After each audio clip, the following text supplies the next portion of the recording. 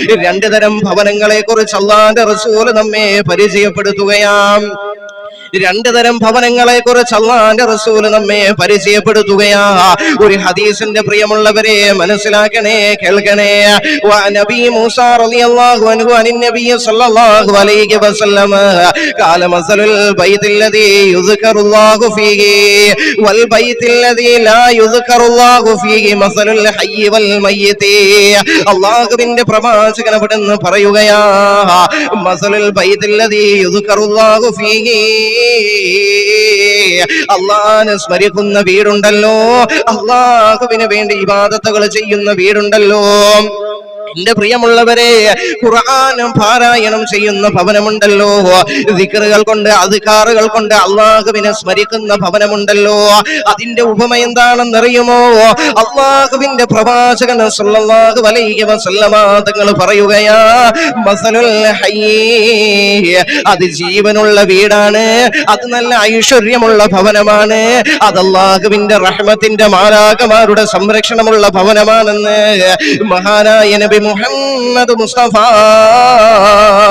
സല്ലല്ലാഹു അലൈഹി വസല്ലമ തങ്ങൾ അവിടുന്ന് പറഞ്ഞെങ്കിൽ, അതേ ഹബീബായ തങ്ങളുടെ പ്രിയമുള്ളവരെ, രണ്ടാമത്തെ ഭവനത്തെ കുറിച്ച് അവിടുന്ന് പരിചയപ്പെടുത്തുകയാ. എങ്ങനാണെന്നറിയുമോ? അല്ലാഹുവിന്റെ പ്രവാചകൻ അവിടുന്ന് പറയുകയാ, വൽ ബൈതില്ലദീ ലാ യുസ്കറുല്ലാഹു ഫീഹി മസലുൽ മയ്യിതി, അല്ലാഹുവിനോടുള്ള പ്രകീർത്തനങ്ങളില്ലാത്ത ഭവനങ്ങളുണ്ടല്ലോ. എങ്ങനെ മഗ്രിബ് നമസ്കാരത്തിന് പോലും മഗ്രിബ് നമസ്കാരം പോലും നമസ്കരിക്കാതെ ആ നമസ്കാരത്തിന് ശേഷമുണ്ടല്ലോ സിനിമകളുടെയും സീരിയലുകളുടെയും ഫോൺ വീഡിയോകളുടെയും പുറകെ പോകുന്ന ഉമ്മമാരെ, സഹോദരങ്ങളെ മനസ്സിലാക്കണേ. ഇന്ന് മഗ്രിബ് നമസ്കാരത്തിന് ശേഷം സീരിയലുകളുടെയും സിനിമകളുടെയും ലോകത്തേക്ക് പോയി സൂറത്തുൽ വാഖിയ പോലും ഓതാത്ത ഭവനങ്ങളുണ്ടല്ലോ, സൂറത്തുൽ വാഖിയ പോലും ഓതാത്ത ഭവനങ്ങളുണ്ടല്ലോ. ആ വീടിനെ സംബന്ധിച്ച് അല്ലാഹുവിന്റെ പ്രവാചകൻ അവിടുന്ന് ഉപമിച്ചത് എന്താണെന്നറിയുമോ? അല്ലാഹുവിന്റെ റസൂൽ ഉപമിച്ചത് എന്താണെന്നറിയുമോ? പ്രിയമുള്ളവരെ, അല്ലാഹുവിന്റെ പ്രവാചകൻ അവിടുന്ന് പറയുകയാ, മസലുൽ മയ്യിതി,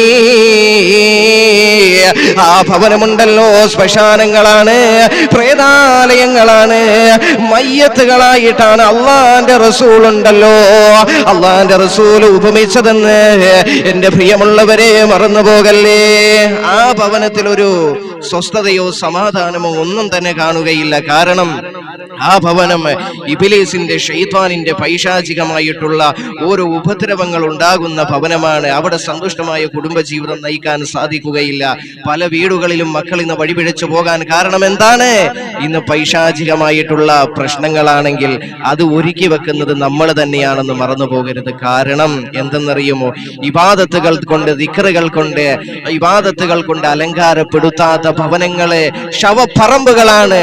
അതായത് മസലുൽ മയ്യിത്തി, അതായത് ശവങ്ങളോടാണ് അല്ലാഹുവിന്റെ റസൂൽ ആ വീടിനെ ഉപമിച്ചത്. അതുകൊണ്ട് സ്ത്രീകള് ഭക്ഷണം വെക്കുമ്പോഴും അടിച്ചു വാരുമ്പോഴും ദിക്റുകളും സലാത്തുകളും ചൊല്ലിക്കൊണ്ട് ചെയ്യുക. അതിലേക്ക് ഇബാദത്തിന്റെ കൂലി കിട്ടും. അങ്ങനെ ആ വീടിലെ, ആ ഭവനത്തിന്റെ എല്ലാവിധ ഷർറുകളും മാറുന്നതാണ്. പുരുഷന്മാര് പള്ളിയിൽ ഫർള് നമസ്കാരങ്ങൾ വന്ന് നമസ്കരിക്കുകയും സുന്നത്ത് നമസ്കാരങ്ങൾ തന്റെ ഭവനങ്ങളിൽ നിർവഹിക്കുകയും ചെയ്യുക. എന്റെ പ്രിയമുള്ളവർ, ഇങ്ങനെയൊക്കെ ചെയ്യുമ്പോൾ നമ്മുടെ ഭവനം നല്ല ഐശ്വര്യമുള്ള മസലുൽ ഹയ്യ് എന്ന് അല്ലാഹുവിന്റെ റസൂൽ വിശേഷിപ്പിച്ച് നല്ല ഐശ്വര്യമുള്ള ഭവനമായി മാറും. അല്ലാഹു മനസ്സിലാക്കാൻ തൗഫീഖ് തരട്ടെ.